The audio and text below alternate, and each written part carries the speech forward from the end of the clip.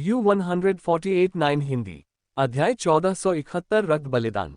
Lord yellow mountain की अभिव्यक्ति बदल गई, लेकिन केवल एक पल के लिए, फिर वह सामान्य हो गए, मुंह हुआ की ओर अजीब तरह से मुस्कुराते हुए।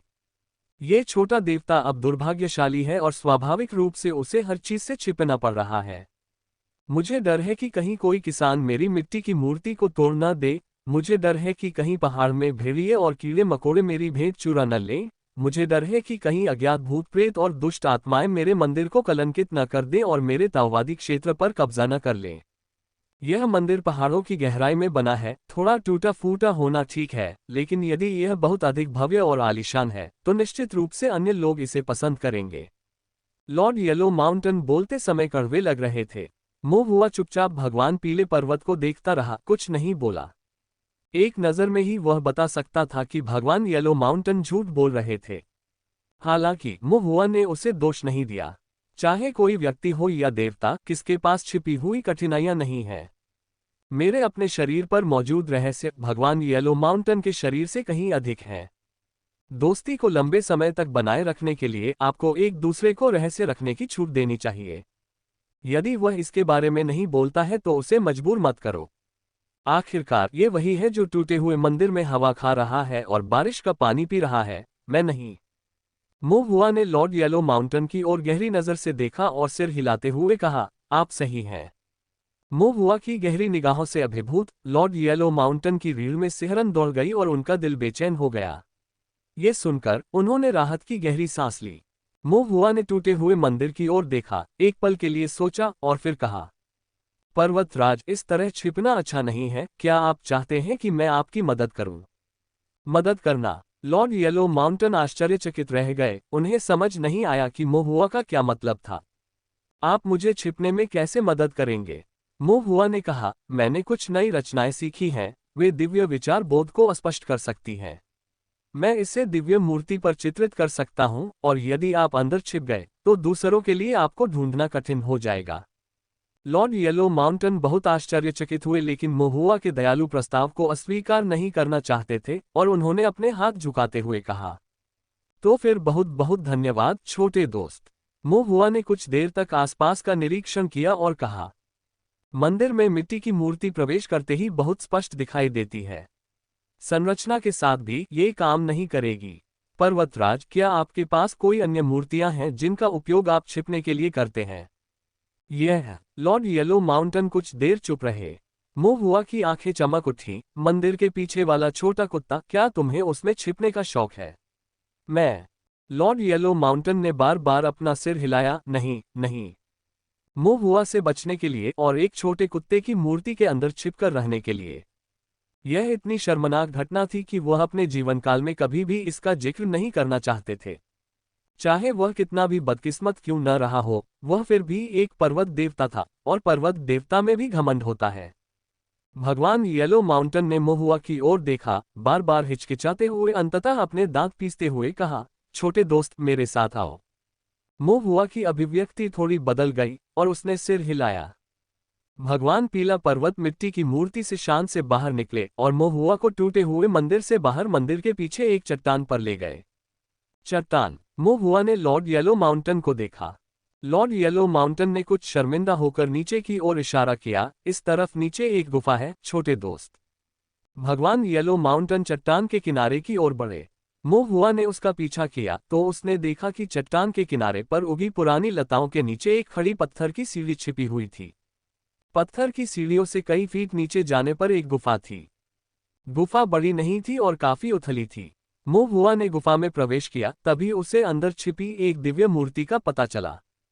ये दिव्य मूर्ति लंबी और भव्य थी, जिसका चेहरा पतला था, कठोर आंखें थीं, जो कुछ हद तक भगवान पीले पर्वत के समान थी, और पूरी मूर्ति उत्तम कांस्य से बनी थी। कुछ भागों पर सोने का पानी भी चढ़ा हुआ था, जो इसे टूटे हुए मंदिर में मिट्टी की मूर्ति से कहीं अधिक श्रेष्ठ बनाता था।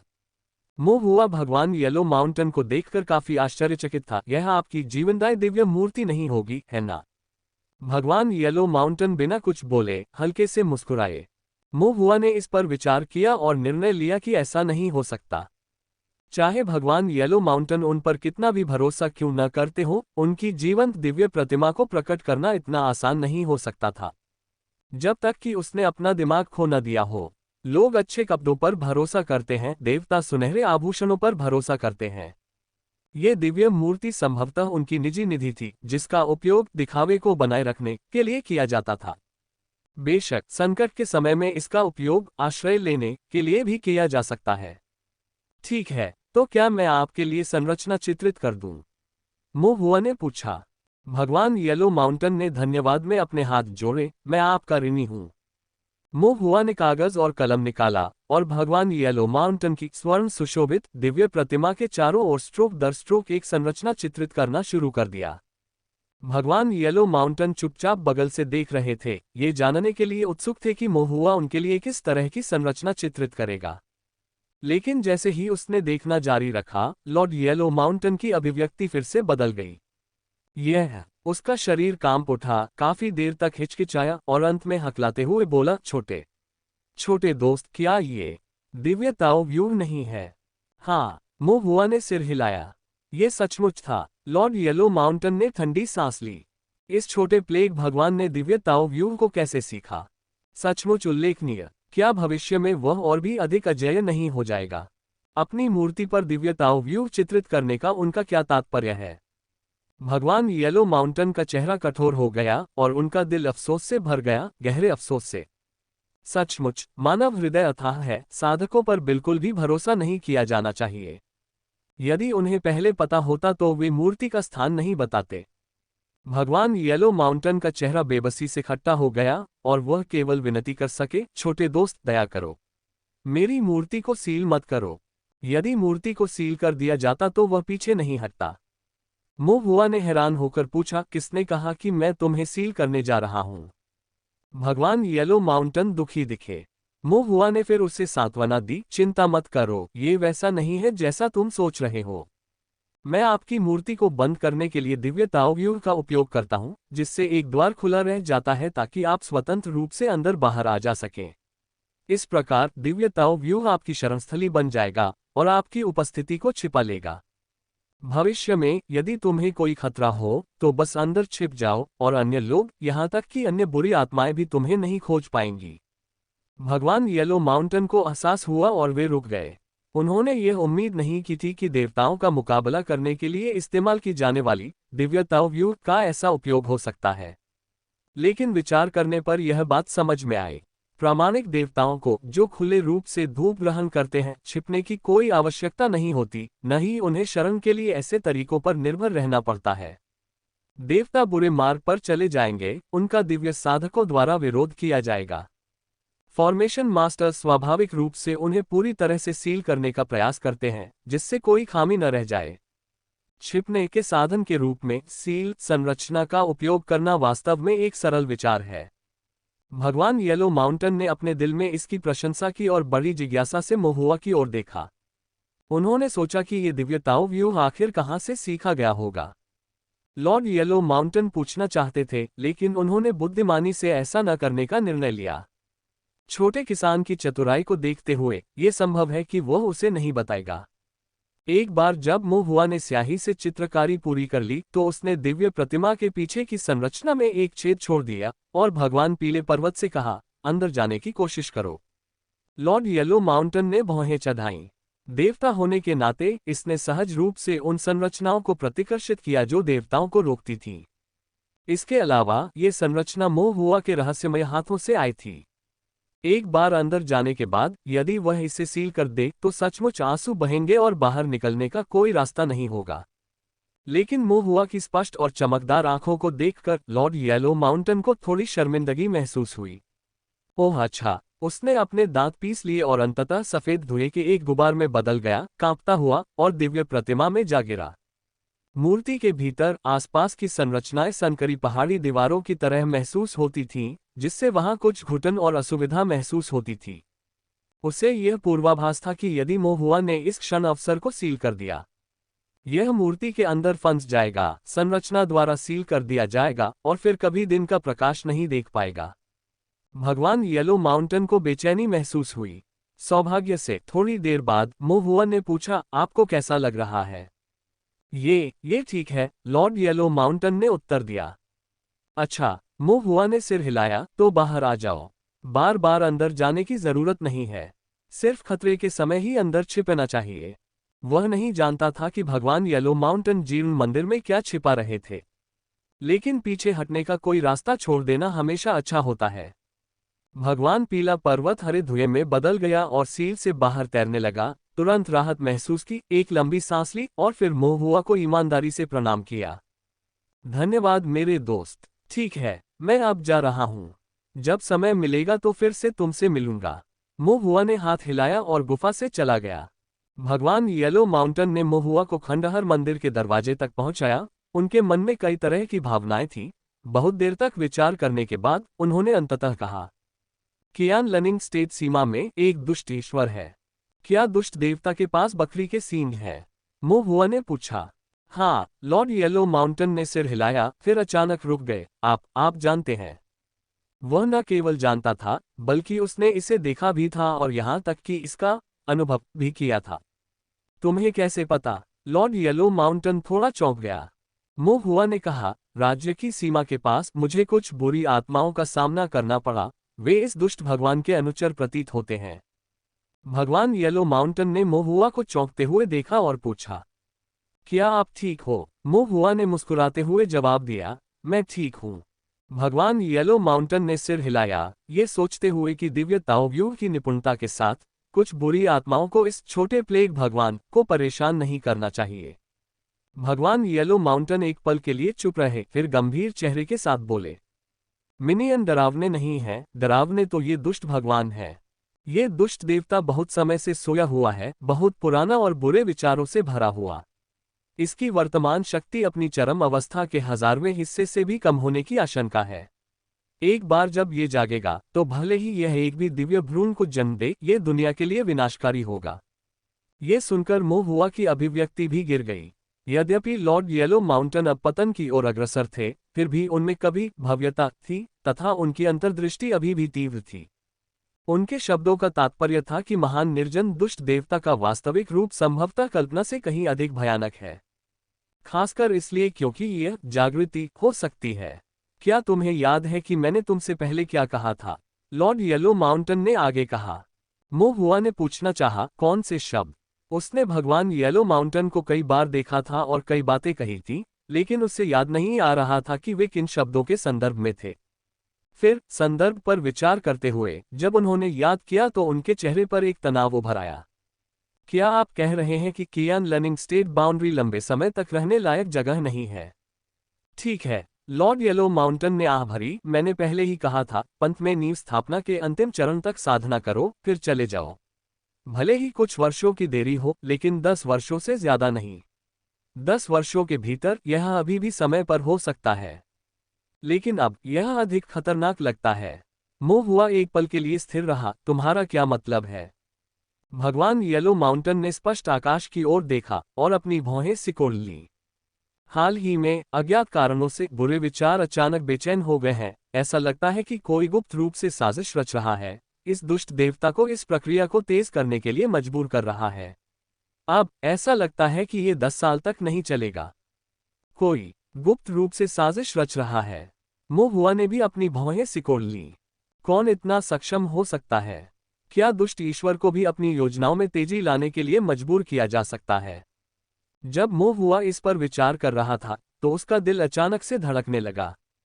लॉर्ड येलो माउंटेन ने जिस व्यक्ति का उल्लेख किया है, क्या वह मैं ही हो सकता हूं? क्या मैं दुष्ट ईश्वर को धक्का दे रहा हूं?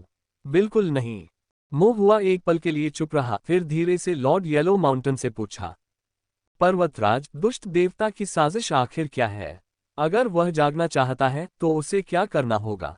लॉर्ड येलो माउंटेन की अभिव्यक्ति द्वंद्वात्मक थी। नहीं कह सकते, मुंह हुआ ने पूछा। भगवान येलो माउंटेन ने आह भरी, मुझे ठीक ठीक साजिश नहीं पता। मैं सिर्फ इतना जानता हूं कि जब भी प्राचीन दुष्ट देवता जागते हैं तो अक्सर उनके साथ। लॉर्ड येलो माउंटेन की अभिव्यक्ति गंभीर हो गई, उनकी आवाज ठंडी थी, एक महान रक्त बलिदान। मुंह हुआ की पुतलियां सिकुड़ गईं। एक भव्य रक्त बलिदान कियान लनिंग राज्य सीमा में। लॉर्ड येलो माउंटेन ने जोर से बोलते हुए मुंह हुआ की ओर देखा। मैं बस इतना ही बता सकता हूं। अगर ऐसा सच में हुआ तो जैसे ही खून की कुर्बानी शुरू होगी जिंदगी तबाह हो जाएगी, सब कुछ मुरझा जाएगा। मेरे दोस्त, अपना ख्याल रखना। मो हुआ ने भौहें सिकोड़ते हुए कहा। लेकिन कियान लनिंग स्टेट बाउंड्री में कई चौथी और पांचवी कक्षा के परिवार और संप्रदाय हैं जिनके कई पूर्वज यहां बसे हुए हैं। रक्त बलिदान कैसे हो सकता है? भगवान येलो माउंटेन ने अपना सिर हिलाया। ये बात तो मैं, एक छोटा देवता, भी स्पष्ट नहीं कर सकता। मो हुआ को यकीन नहीं था कि वह सचमुच नहीं जानता था या कुछ चिंताओं के कारण अधिक बताने में झिझक रहा था, इसलिए उसने सिर्फ सिर हिलाया और अपने हाथों को कप के आकार में बनाते हुए कहा, धन्यवाद पर्वत भगवान, मैं याद रखूंगा। इसके बाद मो हुआ ने विदा ली। भगवान येलो माउंटेन ने मो हुआ को विदा होते देखा, लेकिन अंतिम विदाई से पहले उन्होंने कुछ गहरे अर्थ वाली बात कही। मानव स्वभाव में विद्यमान बुराई दुष्ट ईश्वर के लिए सर्वोत्तम चारा है। मो हुआ की अभिव्यक्ति चकित थी।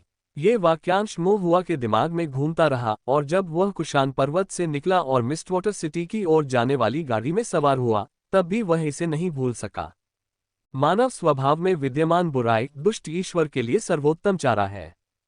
भगवान येलो माउंटेन कुछ संकेत दे रहे थे, या शायद यह उनके अपने पिछले अनुभवों पर आधारित अंतर्दृष्टि थी। मो हुआ ने चुपचाप अपने दिल में सोचा। और फिर भव्य रक्त बलिदान। एक छोटे पैमाने पर रक्त बलिदान मौजूद हो सकता है, लेकिन पूरे कियान लनिंग राज्य सीमा का बलिदान करने के लिए मो हुआ की समझ के साथ इतने बड़े पैमाने पर रक्त बलिदान असंभव लगता है। इसके अलावा भगवान येलो माउंटेन ने केवल इतना कहा कि प्राचीन दुष्ट भगवान के पुनरुत्थान के साथ एक भव्य रक्त बलिदान भी होना चाहिए। उन्होंने यह नहीं कहा कि ये दुष्ट ईश्वर महान जंगल का दुष्ट ईश्वर ही होगा। यह आवश्यक नहीं है कि उनके पुनरुत्थान का स्थान कियान लनिंग राज्य सीमा में ही हो। ये बहुत अच्छी तरह से हो सकता है महान जंगल में। मो हुआ ने अपना सिर हिलाया। छोड़ो इससे, चलो अभी इसके बारे में नहीं सोचते। दुष्ट ईश्वर की यह भव्य योजना ऐसी चीज नहीं है जिसमें मैं इस समय शामिल हो सकता हूं। अधिक से अधिक मैंने केवल उसके अधिकार का थोड़ा सा हिस्सा चुराया है, उसके दानव का थोड़ा सा हिस्सा खाया है और उसकी कुछ वेदियों को नष्ट किया है। और वे केवल द्वितीय श्रेणी के थे, महान निर्जन दुष्ट देवता के लिए जिसका स्तर अज्ञात है लेकिन निश्चित रूप से बहुत ऊंचा है। इसका कोई विशेष महत्व नहीं होना चाहिए। मुझे अपना समय और ऊर्जा स्वयं को बेहतर बनाने पर केंद्रित करनी चाहिए। मो हुआ ने चुपचाप अपने आप से कहा। फिर उन्होंने आराम करने के लिए अपनी आंखें बंद करके ध्यान करना शुरू कर दिया। गाड़ी उसे आराम से मिस्टवाटर सिटी की ओर ले गई। रास्ते में कुछ नहीं हुआ। जब वह मिस्टवाटर सिटी पहुंचा तो शाम हो चुकी थी। उन्होंने ये परिवार के स्थान के बारे में पूछताछ की, उनकी स्थिति निर्धारित की और सीधे उनके द्वार पर गए, जहां उन्होंने पाया कि ये परिवार के बाहर सभी गैर परिवार साधकों के प्रवेश पर कड़ी सुरक्षा व्यवस्था थी। मो हुआ चुपके से अंदर नहीं जा सका। लापरवाही से पूछताछ करना भी शायद अच्छा नहीं होगा, क्योंकि उसे संदिग्ध किसान माना जा सकता है। और यदि ये परिवार के पास सचमुच कुछ छिपाने को है तो इससे वे सतर्क हो सकते हैं। मो हुआ ने ये परिवार की परिधि का चक्कर लगाया और संरचना को करीब से देखा। वह मोटे तौर पर संरचना के सामान्य लेआउट का अनुमान लगा सकता था, लेकिन ये परिवार एक तृतीय श्रेणी का परिवार है जिसके निवास में कई तृतीय श्रेणी के समूह हैं जिन्हें मो हुआ के वर्तमान स्तर के अनुसार संभालना कठिन होगा। द्वितीय श्रेणी की सरणी को तोड़कर चुपके से अंदर घुसना संभव था, लेकिन एक बार पता चल गया तो ये परेशानी का सबब बन जाएगा। मो हुआ ने 2 बार पीछे मुड़कर देखा, उसे आगे बढ़ने का कोई मौका नहीं मिला और ये देखकर कि देर हो रही है, उसने खाने के लिए पास की एक नूडल की दुकान ढूंढ ली। नूडल की दुकान सादी और सरल थी और उसका नाम वांग नूडल हाउस था। दुकान छोटी थी जिसमें केवल एक जीवंत बातूनी जैसी अधेड़ उम्र की महिला दुकानदार थी। मो हुआ ने 2 चक्कर लगाने के बाद विशेष रूप से इस दुकान को चुना क्योंकि दुकानदार का स्वभाव बातूनी था, जो बातचीत करने के लिए जाना जाता था। इस समय तक बहुत देर हो चुकी थी, भोजन का समय बीत चुका था और वहां केवल कुछ ही ग्राहक खाना खा रहे थे। मो हुआ ने बहन कहकर पुकारा, जिससे महिला प्रसन्न हो गई और उसने मो हुआ को अतिरिक्त नूडल्स और अचार की 2 अतिरिक्त सर्विंग दे दी। थोड़ी देर बातचीत करने के बाद मो हुआ ने धीरे से ये परिवार के बारे में पूछा। कुछ चीजों की जांच करना बाहरी लोगों के लिए कठिन होता है, लेकिन ये स्वच्छंद किसान जो आम लोगों के बीच पले बढ़े हैं और सभी प्रकार की अफवाहें सुनने के आदी हैं, काफी जागरूक हैं। दुकानदार से थोड़ी देर बातचीत करने के बाद मो हुआ को सामान्य समझ आ गई। मिस्टवाटर सिटी में ये परिवार की प्रतिष्ठा खराब थी। उन्होंने स्वच्छंद खेती करने वालों पर अत्याचार किया और ग्रामीणों को धमकाया। हालांकि ताओवादी न्यायालय में जांच की आवश्यकता नहीं पड़ी, लेकिन उनके कार्यों को तुच्छ समझा गया। ऊपर बैठे लोगों के लिए वे चापलूस और ऊपर चढ़ने वाले लोग थे। परिवार के भीतर भी शिष्यों के बीच संबंध सौहार्दपूर्ण नहीं थे। इसके अलावा ये परिवार एक बात के लिए बदनाम था, बेटियों को बेचना। ये परिवार कृपा पाने और सत्ता हासिल करने के लिए कुछ भी करने को तैयार था, यहाँ तक कि पिछले साल उन्होंने अपनी 20 वर्षीय वैध बेटी की शादी किसी संप्रदाय के एक बुजुर्ग से कर दी थी, जो लगभग 300 साल का था और हाल ही में विधवा हुआ था। केवल ये परिवार ही ऐसा काम करेगा, दुकानदार ने तिरस्कारपूर्वक कहा। मुंह हुआ की नजरें बदल गईं, उसने अचानक अपनी आवाज धीमी कर ली और फुसफुसाया, मैंने भी इसके बारे में सुना है। ऐसा लगता है कि ये परिवार की वैध बेटी अपमान सहन नहीं कर सकी और उसने आत्महत्या कर ली। दुकानदार रुका, आत्महत्या कर ली? नहीं, क्या आपने आत्महत्या नहीं की? मुंह हुआ ने उलझन में कहा। दुकानदार ने भौहें चढ़ाईं, एक क्षण सोचा और सिर हिलाया। उसे आत्महत्या नहीं करनी चाहिए थी, मैंने किसी को ऐसा कहते नहीं सुना। मुंह हुआ बुदबुदाया, क्या मुझे गलत याद आ रहा है? वह नहीं थी। क्या ये परिवार में और भी लोग हैं जिन्होंने आत्महत्या की है? आत्महत्या? दुकानदार ने सिर हिलाया, मैंने हाल ही में ऐसा कोई मामला नहीं सुना।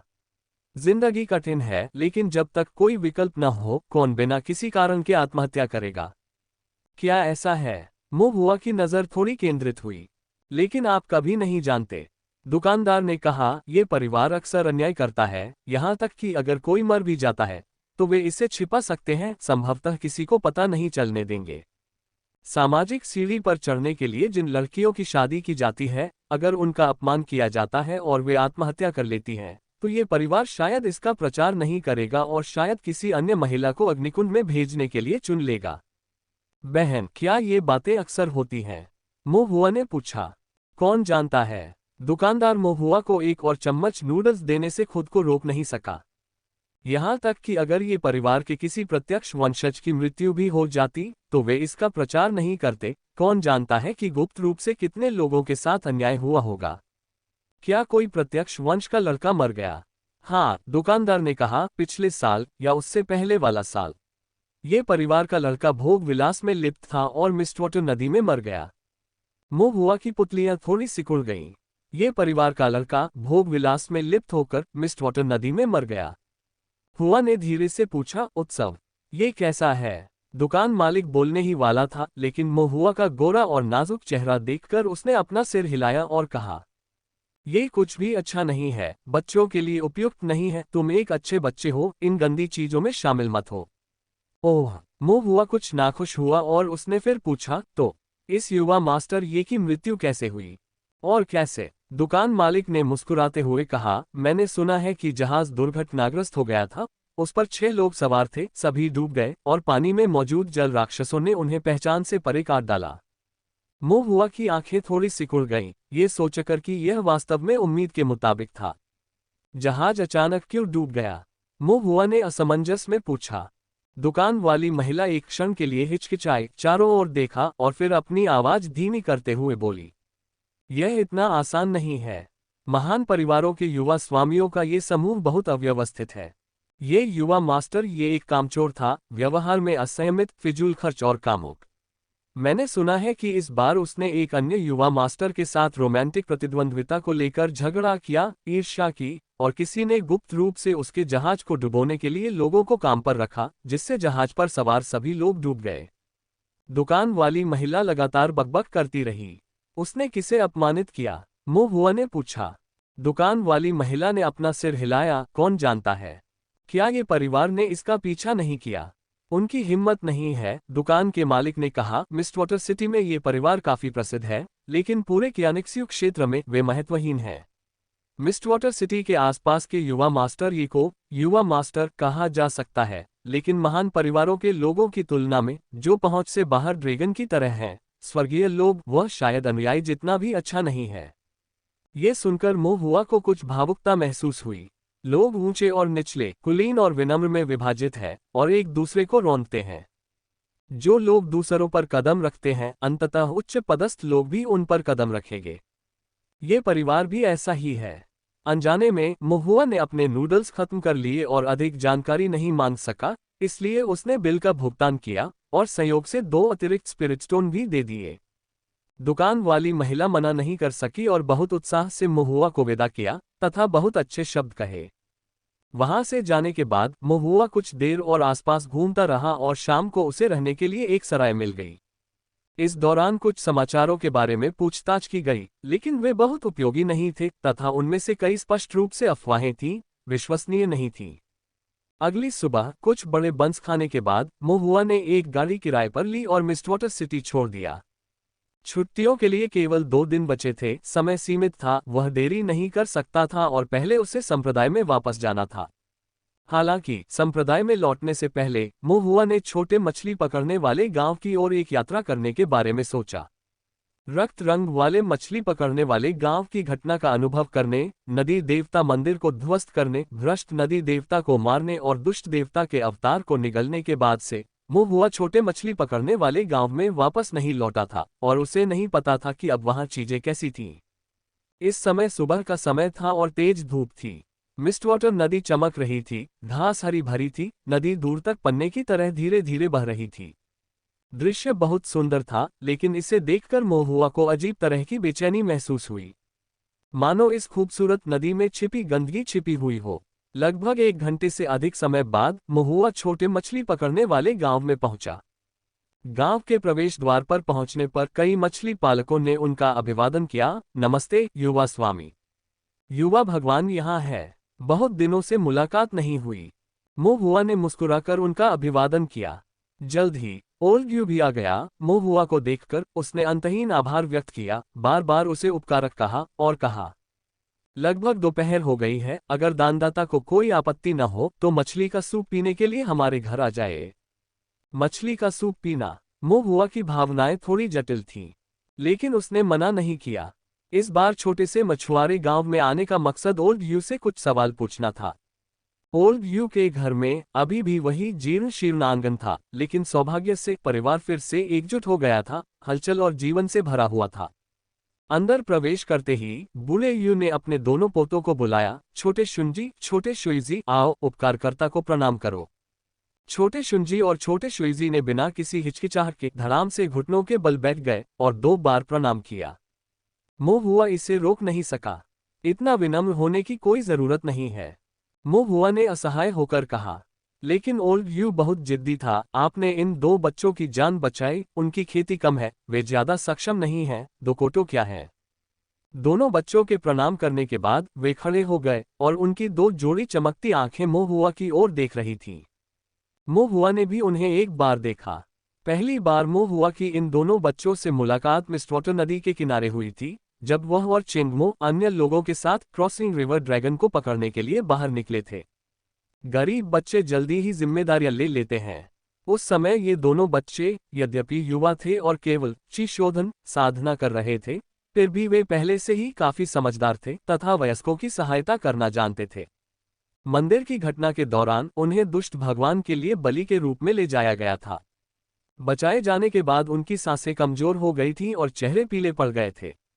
अब 1 वर्ष से अधिक समय बाद दोनों बच्चों की प्राण ऊर्जा स्पष्ट रूप से ठीक हो गई थी। उनके चेहरे थोड़े गहरे हो गए थे, लेकिन अधिक उत्साही दिख रहे थे और महुआ द्वारा दिए गए श्वेत तरंग कौशल की साधना करने के बाद उनके चारों ओर जल ऊर्जा प्रसारित हो गई, आध्यात्मिक शक्ति परिष्कृत हो गई और उनकी साधना में भी काफी सुधार हुआ।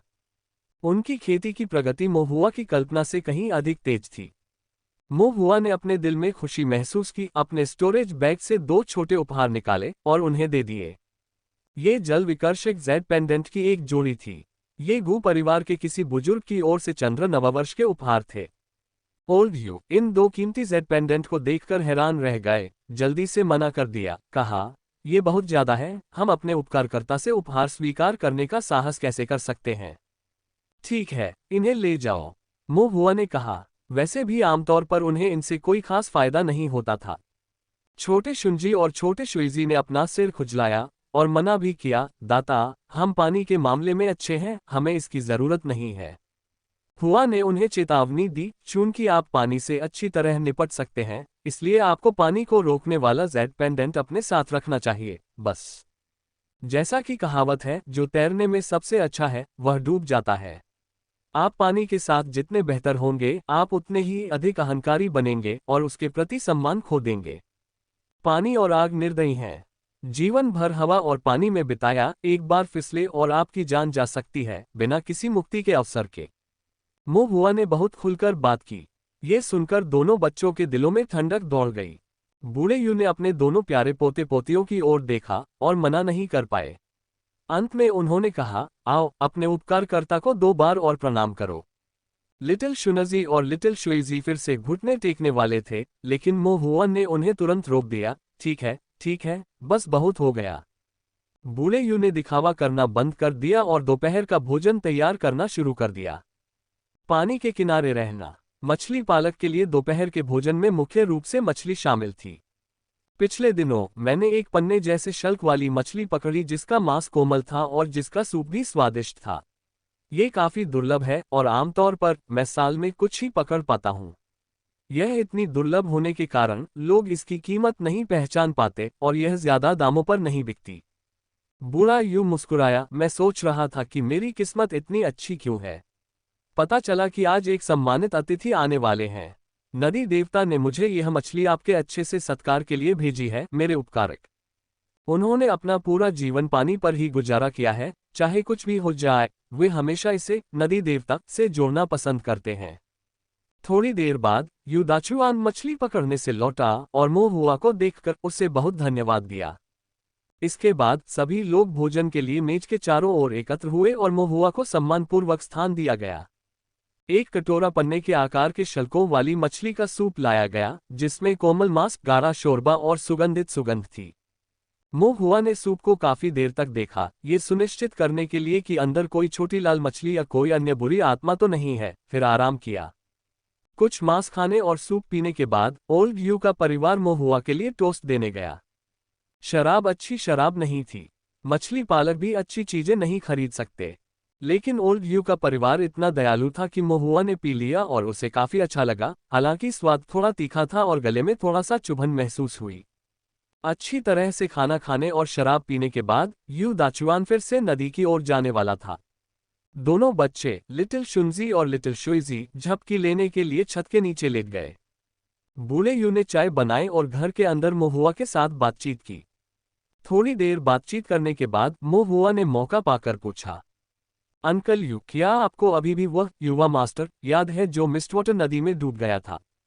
कौन सा युवा स्वामी? बूढ़े यू को पहले तो याद नहीं आया। जब हम पहली बार मिले थे, मैंने तुमसे कहा था कि मैं मछली पकड़ रहा हूं और तुमने मुझे जल्दी से वहां से चले जाने को कहा था और कहा था कि हाल ही में नदी के किनारे किसी की मृत्यु हो गई है और उसके शरीर को किसी जल दानव ने पहचान से परे उतार दिया है। ओह, बूढ़े यू को याद आया। उसने सिर हिलाया। हाँ, यही हुआ था।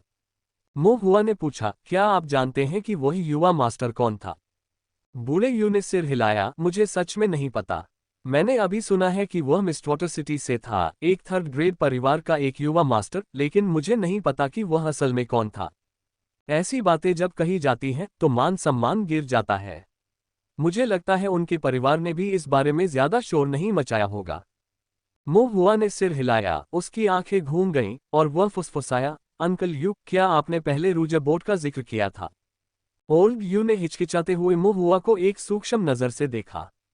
वह गंभीर थे, बार बार हिचकिचा रहे थे, अंततः गंभीरता से बोले, दानदाता, मैं जानता हूं कि आप युवा हैं और इन चीजों में रुचि लेना स्वाभाविक है, लेकिन जब आप युवा हों और रक्त क्यूई से भरपूर हो तो आपको इच्छाओं से बचना चाहिए। धुएं और विल्लों के पेड़ों से भरी ऐसी जगह को कभी भी लापरवाही से नहीं छूना चाहिए, वरना यह आपकी तावसाधना की नींव को नुकसान पहुंचाएगी।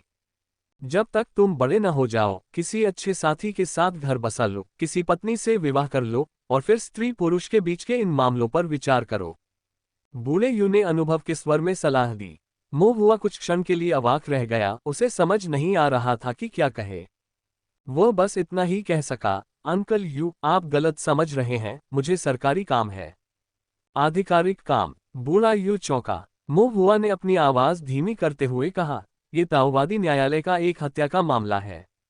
बूढ़ा यू तुरंत तनावग्रस्त हो गया। मोहुआ ने कहा, मैं तुम्हें केवल गुप्त रूप से बता रहा हूं, तुम्हें किसी और को नहीं बताना चाहिए। ओल्ड यू के मन में ताओवादी न्यायालय शब्दों के प्रति स्वाभाविक सम्मान था, हालांकि वे अक्सर पीठ पीछे इसके भ्रष्टाचार और अकुशलता की शिकायत करते थे, लेकिन जब उनका सामना ताओवादी न्यायालय से होता था तब भी वे सम्मान करते थे और ढिलाई बरतने की हिम्मत नहीं करते थे। जरूर, जरूर, बूढ़े यू ने खड़खड़ाते ड्रम की तरह जोर से सिर हिलाया। मो हुआ ने फिर पूछा, रूज बोट वास्तव में क्या है? बूढ़े यू की नजरें इधर उधर घूमी, ये देखकर कि बड़े लोग नदी पर काम करने गए हैं, दोनों पोते गहरी नींद में सो रहे हैं और आसपास कोई और नहीं है। वह धीरे से बोला, यह एक फूल नाव है। फूलों की नाव। फूल शब्द का अर्थ पुष्प नहीं है, बल्कि यह लोगों को दर्शाता है, उन युवा सुंदर महिला साधकों को। फूलों वाली नाव का मतलब है इन महिला साधकों से भरी एक नाव जो देह व्यापार में लिप्त है, बूढ़े यू ने फुसफुसाते हुए कहा। मो हुआ समझ गया, तो यह एक तैरते वेश्यालय जैसा है। हाँ, बूढ़े यू ने सिर हिलाया। मो हुआ ने भौहें चढ़ाईं, लेकिन क्या ये सच नहीं है कि कियानिक्स्यू राज्य की सीमा के भीतर संप्रदाय हर जगह है, शिष्य असंख्य हैं और एक समृद्ध शैक्षणिक माहौल के साथ ताओ निर्देश और सीखने को बढ़ावा देना अनिवार्य है, इसलिए वेश्यालय और वेश्यालय जैसी संस्थाएं निषिद्ध हैं। न केवल कियानिक्स्यू राज्य की सीमा के भीतर बल्कि आसपास के क्षेत्रों में भी नियमों के अनुसार ऐसे व्यवसायों की अनुमति नहीं है। बूढ़े यू ने आह भरी, मानव स्वभाव ऐसा है, इसे पूरी तरह से कैसे प्रतिबंधित किया जा सकता है? वो फूलों वाली नाव, मोहुआ ने पूछा, अंकल यू क्या आप उस पर गए हैं? बूढ़े यू ने जल्दी से हाथ हिलाया, ऐसी जगह मेरे जैसा कोई व्यक्ति वहां कैसे जा सकता है? तो फिर तुम्हें कैसे पता कि वे जो वहां करते हैं वह वास्तव में देह व्यापार है? मो हुआ ने पूछा। बूढ़े यू ने हंसते हुए कहा, मैं धीमा हो सकता हूं और साधना में अच्छा नहीं हूं, लेकिन लंबे समय तक जीने और पर्याप्त देखने से आप एक नज़र में कई चीजें समझ सकते हैं। वे नाव खड़ी करते हैं, फूल लटकाते हैं और उसे पर्दों से ढक देते हैं, ये सोचकर कि वे दूसरों को बेवकूफ बना सकते हैं, लेकिन इसके बजाय ये और भी जाहिर हो जाता है। स्त्री पुरुषों के बीच ऐसी शरारतें बिल्ली द्वारा मछली चुराने जैसी हैं, आप गंध छिपा नहीं सकते। हुआ ने ये सुना और वह ओल्ड यू को और अधिक सम्मान के साथ देखने से खुद को रोक नहीं सका। हर कोई अपना जीवन जीता है, प्रत्येक अपने स्वयं के दांव के साथ। यहां तक कि कुछ साधारण व्यक्तियों के पास भी अद्वितीय अनुभव या अंतर्दृष्टि होगी। मो हुआ ने फिर पूछा, अंकल यू क्या आपने रूज बोट को अपनी आंखों से देखा है? बूढ़े यू ने गंभीरता से सिर हिलाया, मैंने इसे कई बार देखा है। उन कुछ मौकों पर मैं मछली पकड़ने के लिए नदी पर गया, बहुत देर तक काम किया, जाल इकट्ठा करना समाप्त किया, अभी तक आराम नहीं किया था, समय देखा और तब तक रात के 1 बज चुके थे। इस समय नदी के ऊपर अचानक घना कोहरा छा जाता, सब कुछ धुंधला और अस्पष्ट हो जाता और थोड़ी देर बाद लाल और हरी रोशनियां दिखाई देने लगती। फूलों की नावों का एक बेड़ा ऊपर की ओर से आता, पर्दे और रंगीन रोशनियों के साथ, अविश्वसनीय रूप से शानदार, और पुरुषों और महिलाओं की हंसी गूंजती, लोगों के दिलों को मोह लेती। नदी के किनारे पर आपको रूज की तेज गंध महसूस हो सकती है, इसलिए इसे रूज बोट कहा जाता है। ये नावें रुकती नहीं हैं, वे दूर स्थान तक जाती रहती हैं और कोई नहीं जानता कि वे अंततः कहाँ रुकेंगी। मो हुआ को कुछ आश्चर्य हुआ, सिर्फ एक नाव नहीं। बूढ़े यू ने सिर हिलाया, ये सही है, वहां बहुत सारी नावें हैं। जब मैंने उन्हें देखा था आमतौर पर 7 या 8 नावें होती थीं, जो घने कोहरे में लिपटी हुई एक पंक्ति में आगे बढ़ रही थीं। मो हुआ ने थोड़ा सा भौहें चढ़ाईं। ओल्ड यू ने जो वर्णन किया वह मो हुआ ने जो देखा था उससे थोड़ा भिन्न प्रतीत हुआ। उस रात उसने मिस्टवाटर नदी पर फूलों की नावें देखी थीं। रात गहरी थी, नदी अंधेरी थी, फिर भी फूलों की नाव रोशनी से जगमगा रही थी। उसके चारों ओर हल्का धुआं और रोमांटिक संगीत गूंज रहा था। लेकिन वहां केवल एक ही फूल नाव थी।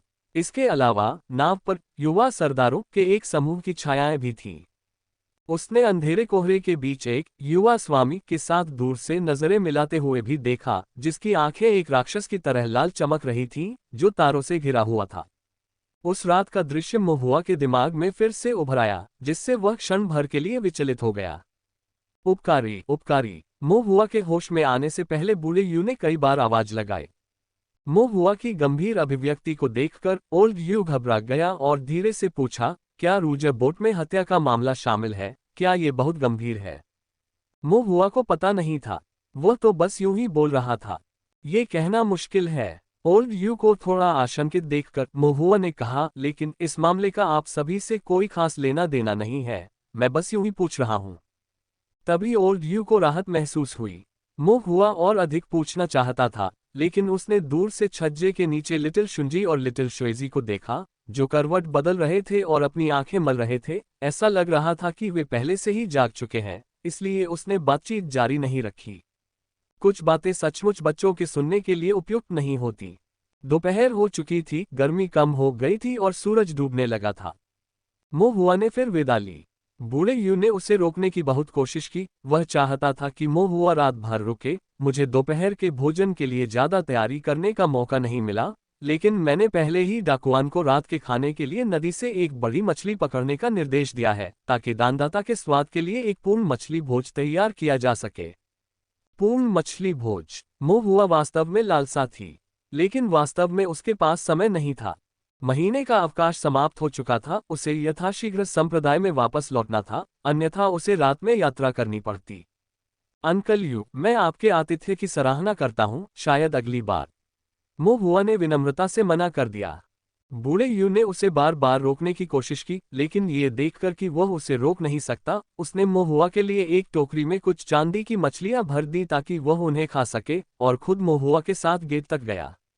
मोह हुआ के जाने से पहले उसने एक बार फिर अपनी दिव्य इंद्री का विस्तार करके छोटे से मछली पकड़ने वाले गांव का निरीक्षण किया, ये सुनिश्चित करते हुए कि वहां कोई दुष्ट देवता मौजूद नहीं है। तभी उसे पूरी तरह से राहत महसूस हुई। हालांकि जैसे ही उसने अपनी दिव्य इंद्री को वापस लिया और जाने के लिए मुड़ा, उसे अचानक कुछ महसूस हुआ। उसकी अभिव्यक्ति थोड़ी बदल गई और उसने पूछा, क्या मछुआरे गांव में कोई मंदिर है? हाँ, बूढ़े यू ने समर्पित भाव से सिर हिलाया। हाल ही में हम सभी की सुरक्षा के लिए एक छोटे अमर बच्चे की पूजा कर रहे हैं। छोटा अमर बच्चा? मोह हुआ दंग रह गया। कौन है भाई? छोटा अमर बालक वास्तव में कौन है? वह कहाँ से आया? मोह हुआ को उसका कोई आभास नहीं है। कब की बात है ये? ओल्ड यू ने कहा, 1 वर्ष से अधिक समय पहले लिटिल शुंजी और लिटिल श्वेजी को बचाए जाने के बाद ग्रामीणों ने गांव के पीछे एक मंदिर खोला, एक मूर्ति स्थापित की और धूप भी चढ़ाए। मोह हुआ की निगाहें झपक गईं। क्या आप मुझे इसे दिखाने ले जा सकते हैं? बेशक, लेकिन ओल्ड यू हिचकिचाया। दाता, क्या आप जल्दी में नहीं हैं? मैं बस एक बार देख लूंगा और देखने के बाद चला जाऊंगा। ठीक है तो। बूढ़े यू ने सिर हिलाया, अपने पोते लिटिल शुंजी और लिटिल श्वेजी को घर की देखभाल करने का निर्देश दिया और फिर मोह हुआ को गांव के पीछे ले जाकर आगे का रास्ता दिखाया। गांव का पिछला हिस्सा अभी भी पहले जैसा ही था, केवल कुछ ही निवासी थे। रक्त रंग के मछली पकड़ने वाले गांव की ओर जाने वाला कुआं अभी भी वहां था। बेशक, प्रवेश द्वार खोलने के लिए बनाई गई संरचना को मोह हुआ ने पहले ही मिटा दिया था, और कुएं से कुछ ही दूरी पर चट्टान पर एक छोटा सा मंदिर बना हुआ था।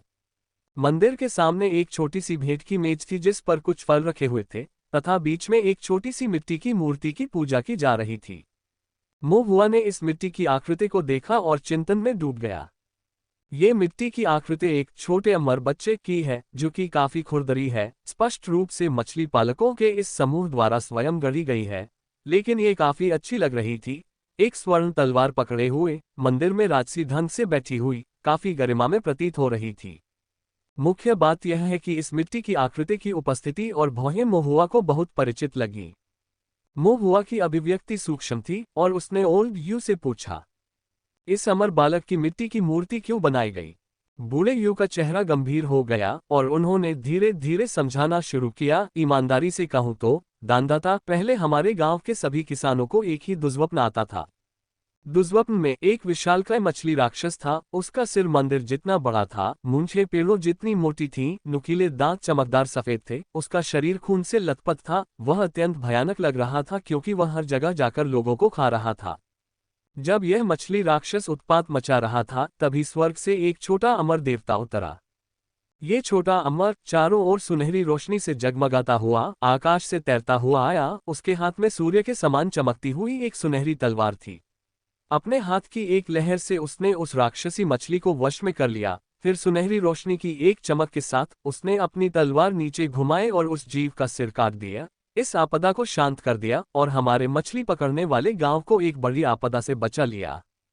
यहाँ बोलते हुए ओल्ड यू राहत महसूस कर रहे थे। फिर उन्होंने आह भरी और आगे कहा, लेकिन इस छोटे अमर ने केवल सपने में अपना रूप प्रकट किया, बिना किसी निशान के आया। और मछली राक्षस को मारने के बाद पूरी तरह से गायब हो गया। छोटे अमर की दयालुता के प्रति कृतज्ञ होकर हमने यहाँ उनके लिए यह मंदिर बनवाया, एक दिव्य प्रतिमा स्थापित की तथा त्योहारों के दौरान प्रसाद चढ़ाया।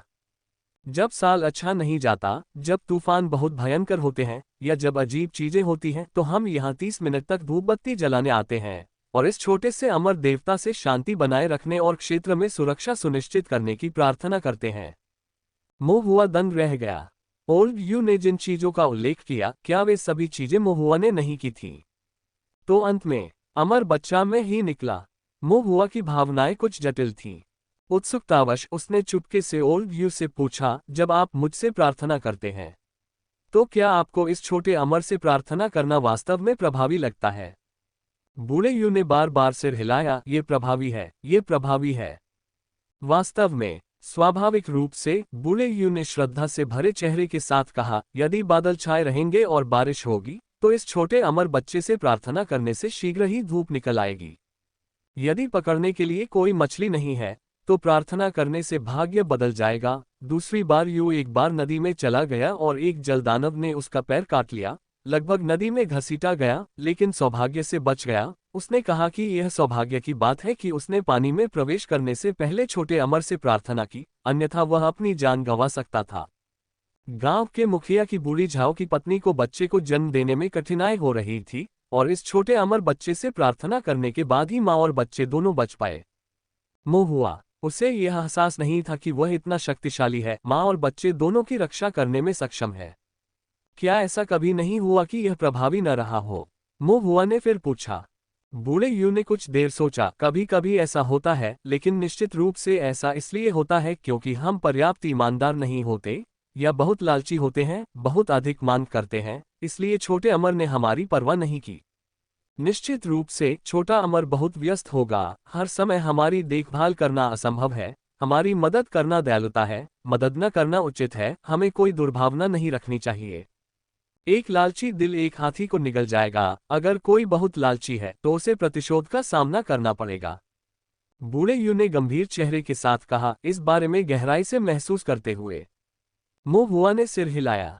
ये कहना होगा कि ओल्ड यू का तर्क काफी सूक्ष्म था।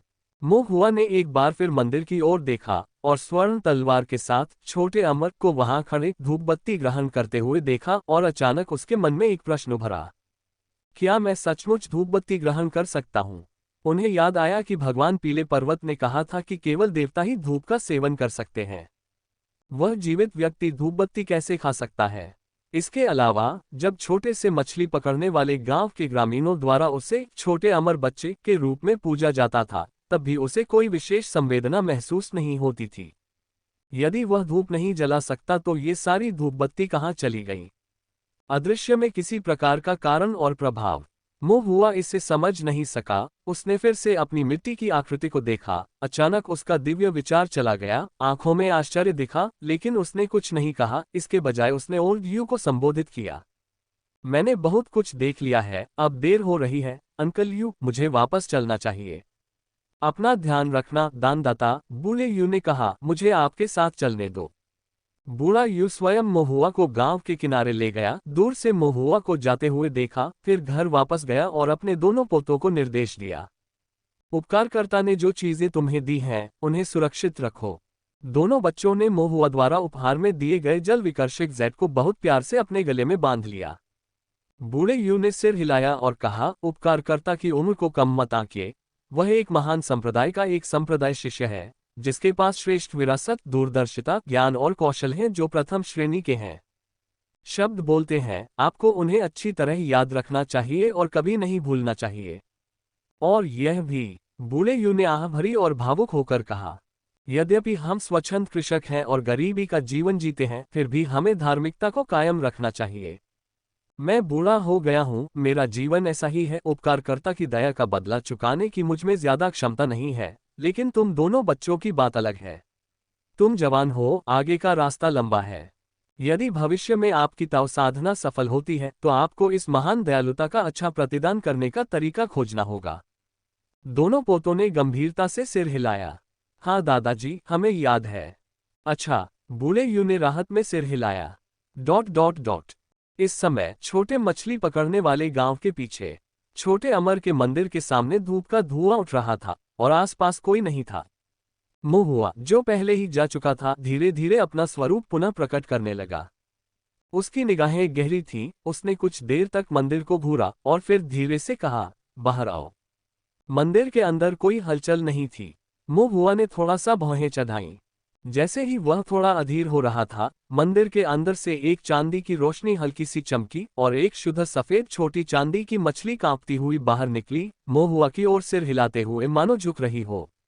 उसी समय एक पतली और कर्कश आवाज महुआ के कानों में घुस गई। नमस्कार हितैषी। महुआ कुछ हद तक स्तब्ध था। वह केवल इतना जानता था कि उसके मंदिर में कुछ छिपा हुआ है, लेकिन उसने कभी नहीं सोचा था कि वह एक छोटी सी चांदी की मछली होगी। इसके अलावा इस छोटी मछली में शुद्ध ईश्वरीय विचार थे, उसमें बुरी आत्मा का लेशमात्र भी अंश नहीं था। अतीत को याद करते हुए महुआ को समझ आ गया, तुम वही नदी देवता हो जिसे मैंने पहले मारा था। छोटी सी चांदी की मछली कांप उठी और धीरे से बोली, दाता के जवाब में, हाँ। ये सही नहीं है। महुआ ने भौहें चढ़ाईं। बूढ़े यूं मुझे उपकारक कहते हैं क्योंकि मैंने उन्हें बचाया था, लेकिन मैंने तुम्हें मार डाला, तुम भी मुझे उपकारक क्यों कहते हो? छोटी चांदी की मछली ने धीमी आवाज में कहा, उपकारी ने मुझे मार डाला, लेकिन मुझे बचा भी लिया, मेरी जान बख्शकर मुझ पर दया दिखाए। दया दिखाए। महुआ अचंभित रह गया और फिर उसे याद आया। उस समय जब उसने भ्रष्ट नदी देवता को मार डाला और उसकी वेदी की खोज की, तो उसे वास्तव में एक रक्त रंग की छोटी मछली मिली। उस समय उसे कुचलने की सहज इच्छा हुई। छोटी मछली ने अपने शरीर को जोर से हिलाया, जिससे गंदा खून झाड़ गया और उसका चांदी जैसा सफेद रूप सामने आ गया। महुआ ने देखा कि उसमें कोई असामान्य आभा नहीं थी, न ही वह बुरी आत्माओं से दूषित था, इसलिए उसने दया महसूस की और उसकी जान बख्श दी। और वह छोटी मछली चांदी की रोशनी में बदल गई और तैरकर दूर चली गई। उसका गंतव्य अज्ञात था। तो यह उस समय की छोटी मछली थी। महुआ को एहसास हुआ और उसने फिर पूछा, आपका मूल वास्तव में क्या है? छोटी चांदी की मछली ने धीरे से उत्तर दिया, उपकारकर्ता के प्रति ईमानदारी से कहूं तो ये छोटा देवता मूल रूप से मिस्टवाटर नदी का नदी देवता था, जो स्थानीय जल की रक्षा करता था तथा दिव्य मार्ग को जारी रखने के लिए मछली पालकों के प्रसाद पर निर्भर रहता था। फिर एक दिन एक भयानक दुष्ट भगवान ने मेरे ताओवादी क्षेत्र पर आक्रमण किया, मेरे दिव्य विचार को प्रदूषित किया और अंततः पूरे मछली पकड़ने वाले गांव को नष्ट कर दिया, मेरे दिव्य मार्ग की नींव को पूरी तरह से मिटा दिया। मैंने अपना आधार खो दिया और केवल दुष्ट ईश्वर की कठपुतली बन गया। धीरे धीरे वर्षों में पतित होता गया, केवल स्पष्टता का यह अंश ही बचा रहा। मूल रूप से दिव्य विचार की स्पष्टता का यह अंश बुझने ही वाला था जब युवा स्वामी ने दुष्ट ईश्वर को मार डाला, मेरे भ्रष्ट दिव्य शरीर को अलग कर दिया, साथ ही मुझे भी मुक्त कर दिया। और यहाँ तक कि जिस मंदिर में मैं अब निवास कर रहा हूँ वह भी युवा स्वामी का है, जो युवा स्वामी की धूप से तृप्त होता है। युवा गुरु ने वास्तव में इस छोटे देवता को पुनर्जन्म का अनुग्रह दिया, जिससे स्वाभाविक रूप से वह मेरा उपकारी बन गया। महुआ थोड़ा चकित था। उसे भी यह एहसास नहीं था कि अनजाने में उसने कितने अच्छे काम कर दिए थे। दिव्य शरीर को अलग करके दिव्य विचार के एक अंश को सुरक्षित रखते हुए महुआ का दिल कांप उठा। ये लॉर्ड येलो माउंटेन से काफी मिलता जुलता है।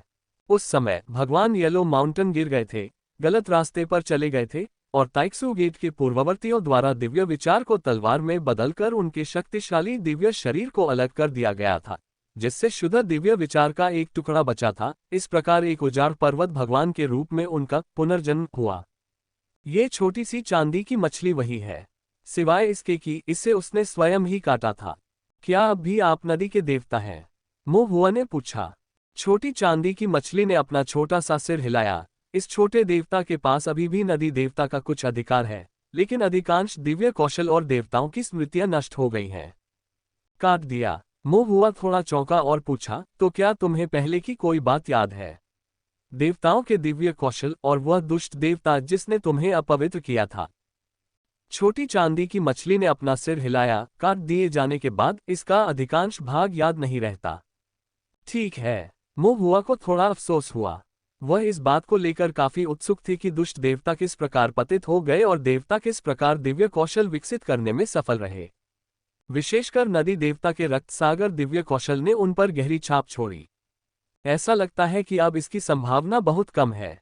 देवता दाव से पैदा होते हैं, ऐसा प्रतीत होता है कि इस दांव में न केवल क्षमता का एक भाग शामिल है, बल्कि स्मृति का एक भाग भी शामिल है। दोनों एक दूसरे के पूरक हैं, स्वाभाविक रूप से मौजूद हैं। लेकिन अगर इन्हें अलग कर दिया जाए तो दोनों ही नष्ट हो जाएंगे। मो हुआ ने चुपचाप अपने दिल में सोचा। छोटी सी चांदी की मछली अचानक थोड़ी शर्मिंदा हुई और धीरे से बोली, क्षमा करें दानदाता, इस छोटे देवता ने चुपके से आपकी धूप खा ली। कोई बात नहीं, आप इसे खा सकते हैं, मो हुआ ने उदारता से कहा। आखिरकार वह स्वयं इसका उपभोग नहीं कर सकता था। हालांकि चूंकि आपने धूप ले ली है, आपने दायित्व स्वीकार कर लिया है, इसलिए आपको इस मछली पकड़ने वाले गांव की सुरक्षा सुनिश्चित करनी होगी। आपको लालची लोगों पर ध्यान देने की जरूरत नहीं है, न ही असंभव कार्यों के लिए दबाव डालना है, लेकिन जो कार्य आपकी क्षमता के भीतर हैं, उनसे पीछे न हटें। और फिर कभी बुराई के रास्ते पर मत चलना, मो हुआ ने निर्देश दिया। छोटी चांदी की मछली ने मो हुआ की स्वीकृति प्राप्त की, खुशी से अपनी पूंछ हिलाई और बार बार सिर हिलाया।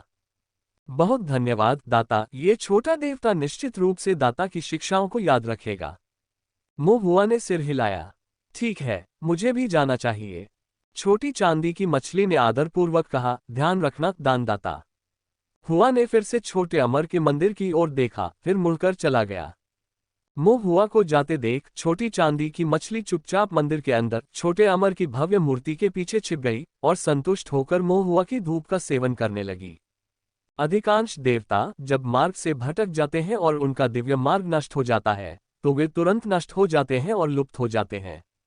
ये तो स्वर्ग प्रदत्त सौभाग्य है कि वह अपने पीछे जीवन छोड़ सकता है। ये तो बताने की आवश्यकता ही नहीं है कि जीवन त्यागने के बाद भी वह एक मंदिर में रह सकता है, धूप जला सकता है तथा अपनी दिव्य स्थिति को सुदृढ़ कर सकता है। यह एक बहुत बड़ा उपकार है। छोटी चांदी की मछली कृतज्ञता महसूस करते हुए धूप खाती है।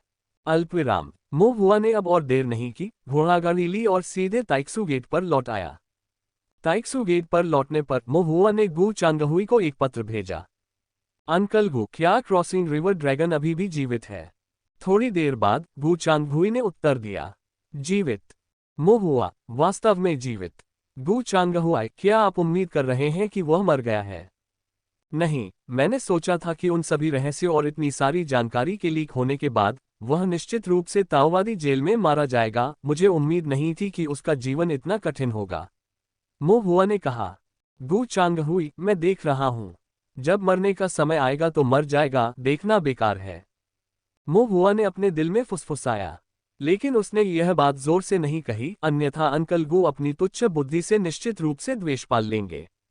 गु चांगहुई कुछ सतर्क हो गया। आपने अचानक क्रॉसिंग रिवर ड्रैगन के बारे में क्यों पूछा? मो हुआ ने एक पल के लिए सोचा और पूछा, अंकल गु, क्या आप 100 फ्लावर वैली के मामले के बारे में जानते हैं? गु चांगहुई, क्या बात है? मो हुआ, यह एक वरिष्ठ बहन के बारे में है जिसने आत्महत्या कर ली। गु चांगहुई ने गहरी सांस ली। इस बच्चे के कान बहुत तेज हैं, क्या पता ये सब कैसे जान लेता है? गु चांगहुई ने हम के साथ जवाब दिया। मो हुआ थोड़ा हैरान हुआ। अंकल गु, आप वास्तव में जानते हैं? गु चांगहुई ने जोर देकर कहा, मैं दाव कोर्ट कैनन हूं।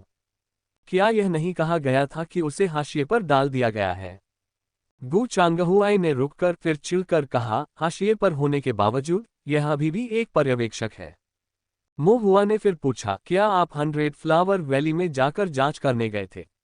नहीं, गु चांगहुई ने उत्तर दिया। 100 फूलों वाली घाटी में पुरुषों को प्रवेश की अनुमति नहीं है, यहां तक कि ताओवादी दरबार के अधिकारियों को भी नहीं।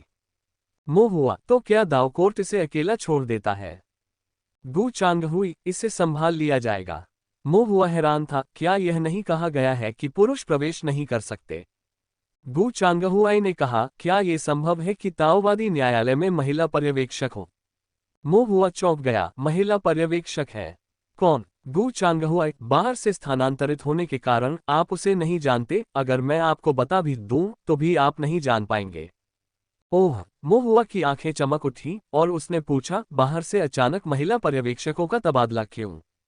रुको, गु चांगहुई ने नाराज होकर कहा, इन चीजों के बारे में मत पूछो, ये ताओवादी कोर्ट के कर्मियों के स्थानांतरण के बारे में है। अगर तुम पूछोगे भी तो तुम्हें नहीं बताया जाएगा।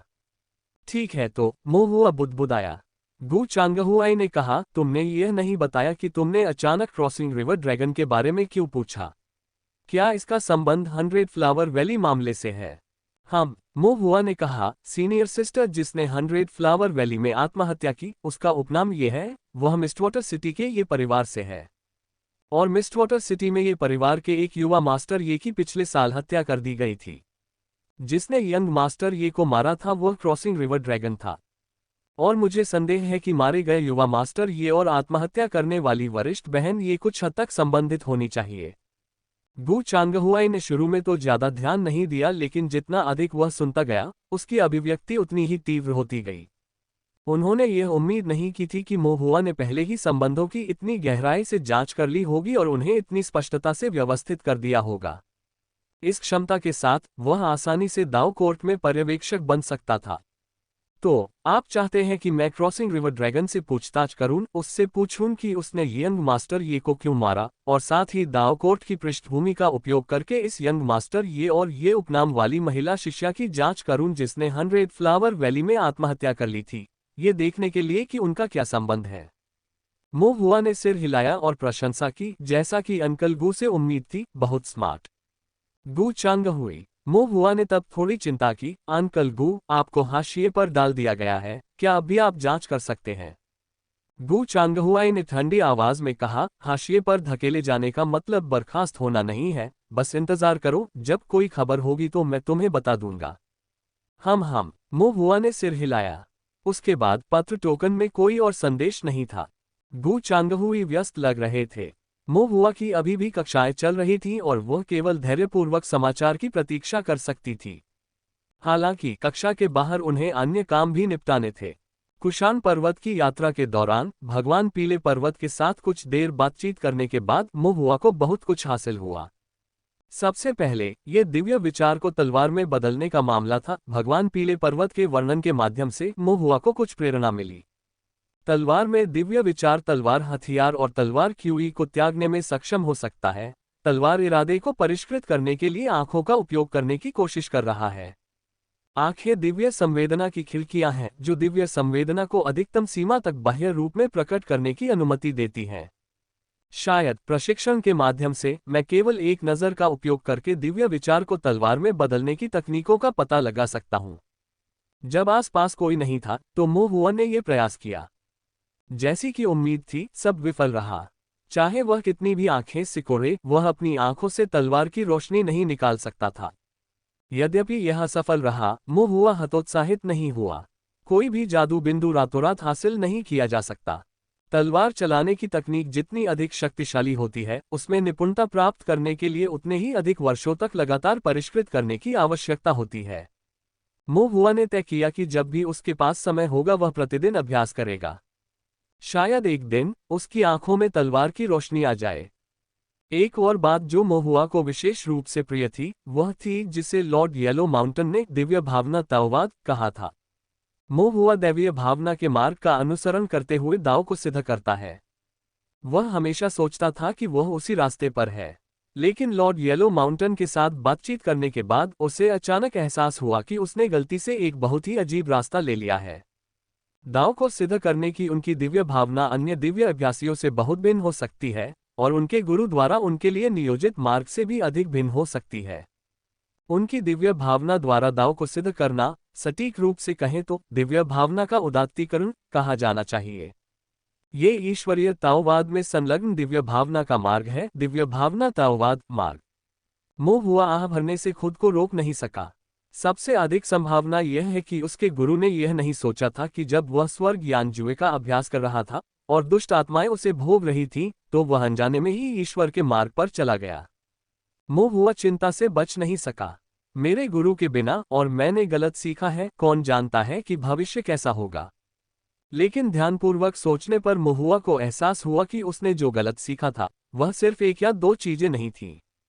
इतने सारे जू होने पर भी खुजली नहीं होती, इतना कर्ज होने पर भी चिंता नहीं होती। स्वर्ग ज्ञान जुए को सीखने के बाद वह केवल आंख बंद करके आगे बढ़ सकता है। चिंता करना बेकार है। मो हुआ ने अपने मन को शांत किया और सभी चिंताओं को दूर फेंक दिया। आइए इसे चरण दर चरण अपनाएं। ताओ साधना केवल कदम दर कदम चलने, लगातार आगे बढ़ने की बात है। कोई नहीं जानता कि अंत में वे कहां पहुंचेंगे। अपने ताओवादी हृदय में दृढ़ निश्चय रखते हुए आगे बढ़ते रहना ही पर्याप्त है, अत्यधिक चिंता करने की कोई आवश्यकता नहीं है। मो हुआ ने सिर हिलाया। इसके बाद उन्होंने शांतिपूर्वक साधना की, अपने खाली समय में अपनी आंखों का उपयोग करके दिव्य विचार को तलवार में बदलने का प्रयास किया। इस दौरान वह गू चांगहुआई से समाचार की प्रतीक्षा करता रहा। हालांकि कई दिनों के बाद भी गू चांगहुआई से कोई खबर नहीं मिली। मो हुआ अपनी भौहें चढ़ाने से खुद को नहीं रोक सका। यदि अंकल गू को कोई सुराग नहीं मिलता तो उन्हें कहां से शुरुआत करनी चाहिए? जांच के लिए 100 फ्लावर वैली में घुसना संभव नहीं था, है न? इस विचार से मो हुआ का मन डोल उठा, लेकिन उसने जल्दी से अपना सिर हिला दिया। शायद चुपके से अंदर नहीं घुस सका। 100 फ्लावर वैली में पुरुष किसानों का प्रवेश सख्त वर्जित है।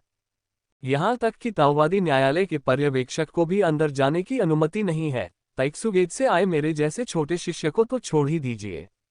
नहीं जा सकता, नहीं जा सकता। मो हुआ ने बार बार अपना सिर हिलाकर इस विचार को त्याग दिया। सौभाग्य से 2 दिन बाद अंततः गू चांगहुआई की ओर से खबर आ गई।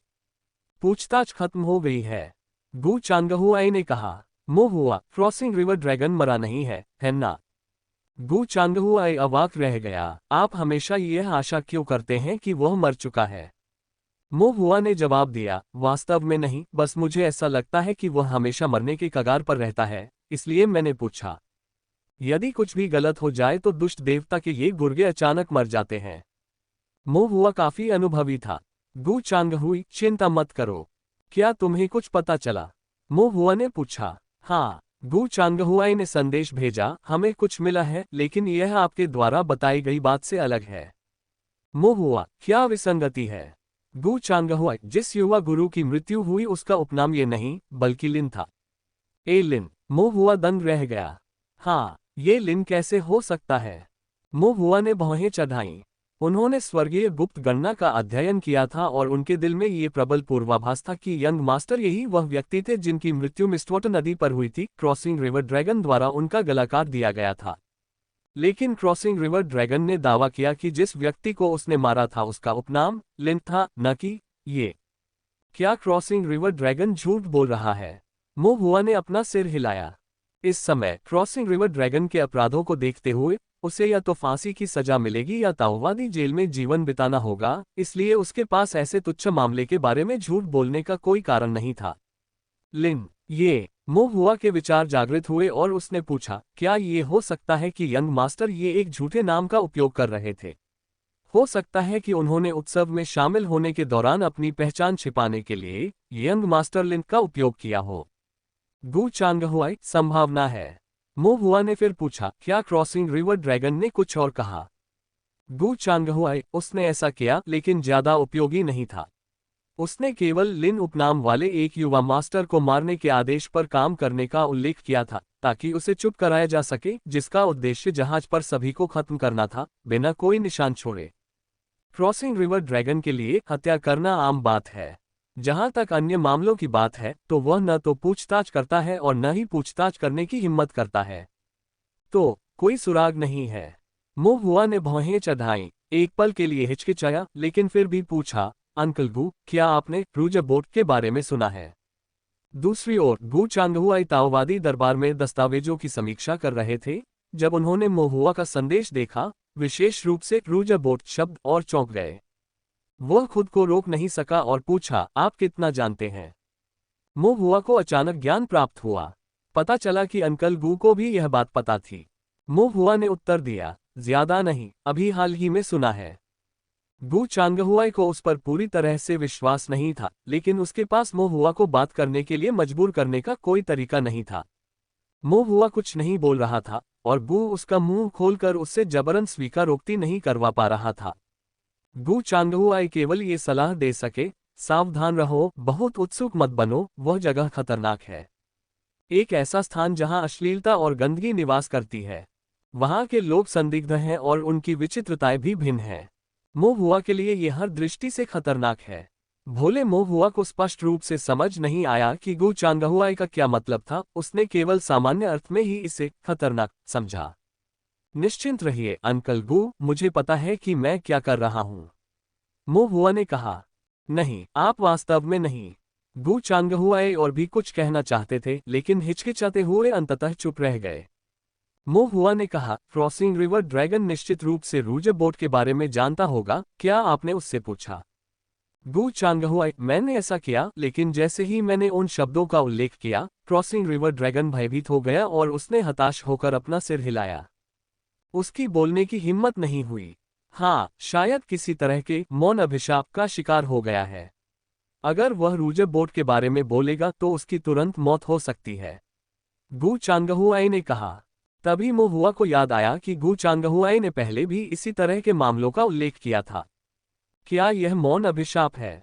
कहना मुश्किल है, किसी को चुप कराने के कई तरीके हैं, यहाँ ताओवादी अदालत के लिए जल्दी फैसला सुनाना मुश्किल है। गु चांगहुआई ने कहा, मुझे उसकी जान का डर था, इसलिए मैंने आगे जोर नहीं दिया। मो हुआ ने भौहें चढ़ाईं। क्रॉसिंग रिवर ड्रैगन को रूजे बोट के बारे में पता है, लेकिन वह बोलने की हिम्मत नहीं करता। अगर वह ऐसा करेगा तो वह अपनी जान गंवा देगा। इससे ये स्पष्ट होता है कि क्यों वे युवा स्वामी हत्या के लिए क्रॉसिंग रिवर ड्रैगन को नियुक्त करते हैं, क्योंकि उसका मुंह सील कर दिया गया है। इसका मतलब यह है कि सुराग मिट गए हैं।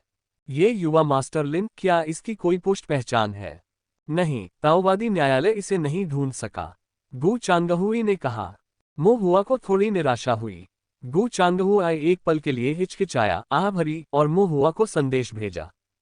मृतक यंग मास्टर लिन का पता नहीं चल पाया है, लेकिन मुझे पता चला है कि ये परिवार की ओर से एक मृत यंग मास्टर ये है। मो हुआ आश्चर्यचकित रह गया। गु चांगहुआई, मैंने किसी को मिस्टवाटर शहर के ताओवादी दरबार से एक दस्तावेज प्राप्त करने के लिए कहा था। अभिलेखों के अनुसार 1 वर्ष से भी अधिक समय पहले ये परिवार एक वंश का पंजीकरण रद्द करवाने के लिए ताओवादी दरबार गया था, और पंजीकरण रद्द करने वाला साधक ये परिवार का प्रत्यक्ष वंशज था, जिसका नाम ये शियू था। ये एक शियू। मो हुआ की आंखें सिकुड़ गईं। ये एक शियू, जिनक्सियू। क्या ये संभव है कि वह? हाँ, गु चांगहुआई ने कहा, जिसका वंश रद्द किया गया था वही ये जिनका बड़ा भाई है। जैसे ही गु चांगहुआई ने बात की, उसने अपने पास रखी एक फाइल खोली और आगे बढ़ाया। मिस्टवाटर शहर में ये परिवार के प्रत्यक्ष वंशज येक्शियू, उम्र 28, मध्य चरण फाउंडेशन स्थापना साधना, नाव से यात्रा करते समय एक जल राक्षस के हमले के बाद एक भयंकर जलविष से मर गए। उनके पिता ये युन ने आवेदन किया और ताओवादी न्यायालय ने पंजीकरण रद्द करने को मंजूरी दे दी। मो हुआ को अचानक एहसास हुआ, अब ये स्पष्ट है, ये परिवार द्वारा अपंजीकृत येक्शियू मृतक ये जिनकी गुरु बहन का बड़ा भाई है। वह रूजे बोट में मौज मस्ती करने गया और अपना असली नाम इस्तेमाल नहीं किया, बल्कि यंग मास्टर लिन उपनाम से जाना गया। रूजे बोट पर कुछ अज्ञात घटना घटी। उसके बाद येक्शियू को क्रॉसिंग रिवर ड्रैगन द्वारा बाहर कर दिया गया। लेकिन येक्शियू ने यंग मास्टर लिन नाम का इस्तेमाल किया, इसलिए क्रॉसिंग रिवर ड्रैगन को उसकी असली पहचान नहीं पता चली। उसने सोचा कि उसने यंग मास्टर लिन को मार दिया है। परिवार को येक्शियू की मौत का पता चला, शायद उन्होंने थोड़ी जांच पड़ताल की और उन्हें एहसास हुआ कि मामला इतना गंभीर है कि उसे संभालना मुश्किल है। उन्होंने आगे पूछताछ करने की हिम्मत नहीं की, बल्कि मामले को यूं ही शांत रहने दिया, ये कहते हुए कि येक्शियू पानी के जहर के कारण मरा, उसी से उसकी मौत हुई, और ताओवादी अदालत ने उसके निवास के दस्तावेज रद्द कर दिए। इस तरह यंग मास्टर लिन, जो मिस्टवाटर नदी पर मर गया, वास्तव में कभी अस्तित्व में नहीं था, और ताओवादी न्यायालय स्वाभाविक रूप से इसका पता नहीं लगा सका। ये परिवार के युवा मास्टर ये की मृत्यु हो गई, लेकिन उन्हें इसका कारण पता नहीं था, इसलिए उन्होंने चुपचाप उनकी रजिस्ट्री रद्द कर दी। दोनों पक्षों के बयानों में गड़बड़ी है, जो स्वाभाविक रूप से मेल नहीं खाते। यदि मो हुआ ने ये जिनकी मौत की जांच नहीं की होती और पुराने विवरणों को उजागर नहीं किया होता, तो ये पता लगाना असंभव होता कि यंग मास्टर लिन, जो मिस्टवाटर नदी पर गला कटा हुआ पाया गया था, और ये परिवार का यंग मास्टर ये, जो जहर से मर गया, वास्तव में एक ही व्यक्ति थे। मो हुआ ने मन ही मन राहत की सांस ली। शुक्र है, अंकल गु सहायता के लिए वहां मौजूद थे। अंकल गु पर्यवेक्षक होने के नाते ताओवादी न्यायालय के अभिलेखों तक पहुंच सकते थे, अन्यथा ताओवादी न्यायालय के साथ संवाद करना पहाड़ों को पार करने के समान होगा, और मो हुआ को अंदर के घुमावों के बारे में कोई जानकारी नहीं होगी। इससे इसकी काफी हद तक पुष्टि हो जाती है। 100 फूल घाटी की वरिष्ठ बहन ये जिन ने आत्महत्या कर ली, और उसके भाई येक्शियू को 1 साल पहले मिस्टवाटर नदी पर क्रॉसिंग रिवर ड्रैगन ने मार डाला था। ये क्षियु की मौत का कारण रूज बोट से संबंधित होना चाहिए। इस प्रकार वरिष्ठ बहन ये जिन की आत्महत्या का कारण भी संभवतः रूज बोट से जुड़ा हुआ है। मो हुआ की निगाहें थोड़ी गहरी हो गईं। गु चांगहुई का चेहरा भी सुखद नहीं था। इस मामले के निहितार्थ उनकी कल्पना से कहीं अधिक गहरे थे। क्या कोई और सुराग है? मो हुआ ने फिर पूछा। नहीं, गु चांगहुई ने उत्तर दिया। वास्तव में गु चांग